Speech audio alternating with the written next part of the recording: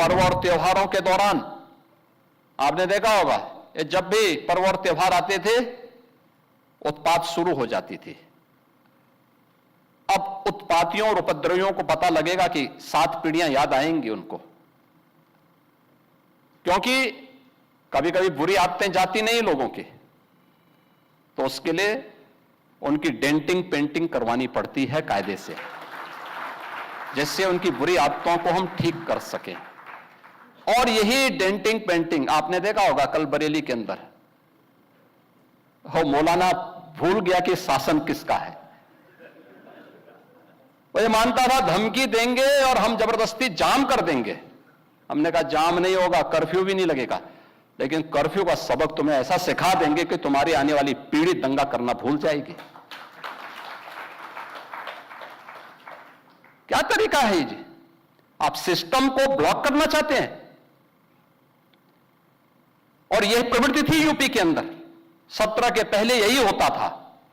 और हम इसी बात को कह सकते हैं कि 17 के बाद हमने कर्फ्यू भी नहीं लगने दिया, लेकिन ऐसे बैरियर को चुन चुन करके वे जिस प्रकार की भाषा को समझते थे उस प्रकार की भाषा से उनको समझा करके उसको उसकी सजा दिलाने का काम भी किया है।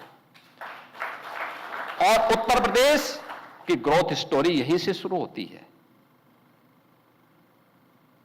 अगर आजादी के समय, मैं उससे पहले नहीं जाता, लेकिन 1947 में भारत आजाद हुआ, अगर उस समय भारत की इकोनॉमी में भारत का उत्तर प्रदेश का कंट्रीब्यूशन 14% था, तो ये 14% फिर से होना चाहिए। और 14% नहीं होना चाहिए, बल्कि जितनी आबादी है उत्तर प्रदेश की, उत्तर प्रदेश उतना कंट्रीब्यूशन करता हुआ दिखाई दे। ये हमारा राष्ट्रीय धर्म है और दायित्व भी है, और उसी के तहत ये सब कार्य योजना बन रही है। उत्तर प्रदेश के अंदर इंफ्रास्ट्रक्चर अच्छा हो, 17 के पहले कोई कल्पना भी नहीं करता था। आज देश के अंदर 55% एक्सप्रेस वे उत्तर प्रदेश के पास हैं। सबसे अधिक सिटी में मेट्रो का संचालन उत्तर प्रदेश कर रहा है। 17 के पहले 2 एयरपोर्ट पूरी तरह क्रियाशील थे, लखनऊ और वाराणसी। गोरखपुर और आगरा आंशिक रूप से क्रियाशील थे। गोरखपुर में एक फ्लाइट आती थी, कभी भूल से आ गई, हम लोगों को ट्रेन से दिल्ली जाना होता था। आप सोचो 14 घंटे की हमारी जर्नी हुआ करती थी। बहुत इमरजेंसी में कोई होगा तो मुझे गोरखपुर से लखनऊ 6 घंटे बाई रोड आना पड़ता था, फिर यहां से मैं फ्लाइट पकड़ता था दिल्ली के लिए। आज गोरखपुर से 14 फ्लाइट चल रही हैं, 14 फ्लाइट देश के अलग अलग सिटी को जोड़ रही हैं। 16 एयरपोर्ट हमारे आज के दिन पे क्रियाशील हैं। देश का सबसे बड़ा एयरपोर्ट हम अगले महीने देश को समर्पित कर रहे हैं, नोएडा इंटरनेशनल एयरपोर्ट। यानी ये उत्तर प्रदेश वही है जो पहले बीमारू था। बीमारू था नहीं, बीमारू बना दिया गया था। बीमारू मानसिकता वालों ने इसको बीमारू बना दिया था। ये बीमारू मानसिकता वही है जो परिवारवाद और जातिवाद है, ये बीमारू मानसिकता है। और इसी बीमारू मानसिकता ने उत्तर प्रदेश को बीमारू बना दिया था। परिणाम क्या था? दंगे होते थे, दंगाइयों को मुख्यमंत्री आवास में बुला के सम्मानित किया जाता था, दंगाइयों की अवभगत होती थी, और पेशेवर अपराधी और माफियाओं के सामने सत्ता सैल्यूट करती थी और सत्ताधारी लोग उनके कुत्तों के साथ हाथ मिलाया करते थे। आपने वो दृश्य देखे होंगे, कैसे सत्ता का मुखिया एक माफिया के कुत्ते से हाथ मिलाकर के अपने को गौरवान्वित महसूस करता था। यह स्थिति थी। आप अनुमान करते हैं उत्तर प्रदेश के लोगों को इन्होंने सुरक्षित किया था? ये सुरक्षित करते?